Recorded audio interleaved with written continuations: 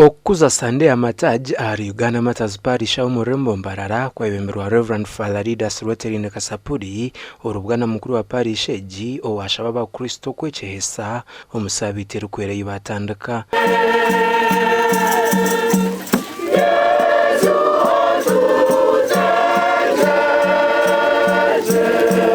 ani sabato akishakare kwetekateka bamwakira yashiremo abantu bamwakira no muhimbo ukabwanyuma utkurumvanjiri izo baramashomaga nangwa ashatu turra badaka kubonabonesa nangano kumwita aba batandikira hamwanyo gubarukuza kombeka ekereziya rwogoma nuko kutambara mpaka mu kereziya barukuhube nchindo zabo obwo barukwijiko byezu yabere nataho mu rembo yo Rozarium omukitinwa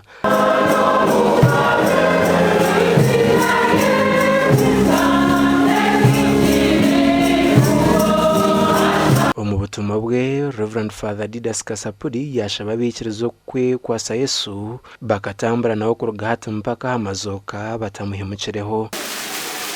As we begin the matter of our weeks, yongi munje jabana weka na wapi utatoka ninga marumo ninga hali no wa mukara wa mukaristo wakamu yoga ukabu oine na wengi na wawe kana Kristo wawe utamu kana na wawe ni mpuga wa Kristo mwena ahimuri byomwe yabo musande kwera tubase kwehongera hanga tubase kuraba muje kahamazoka gamukama witi Yesu Kristo turya bezere kandi no kweshehesa namazima umurembo rwitero rwambarara tufundemo okuteganisibwa kwinje munonga na munonga aside y'abashubuzi konke bibona ntibigekera mukama witi Yesu Kristo.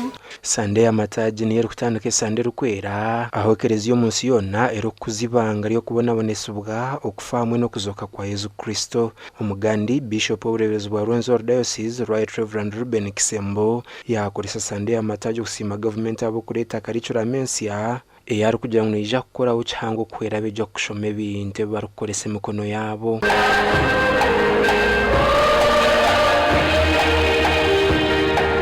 Ibi yabgambo mukushaba harikiye bambe Girls umurembo Fort Potro. Can you please make Jesus King and Lord of your life? It doesn't make sense for you to wave this gifts and then your life is not submissive to the life of Christ as King of Kings. Hallelujah. Jesus is the Prince of Peace. When you look at what's happening globally, in Iran, Israel, America, Ukraine, Russia, there is war almost done everywhere.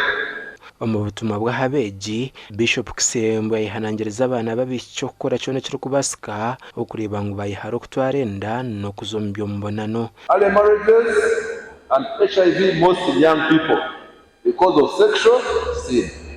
So nimbasaba ulize kwa kuwasinisa the girls, of course even the boys, wherever they are, please avoid sexual sin. It has fatal consequences. You can die because of sexual sin.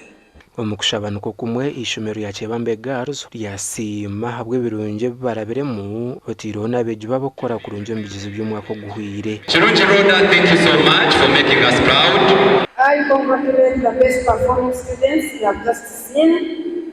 They are the major reason why we are here.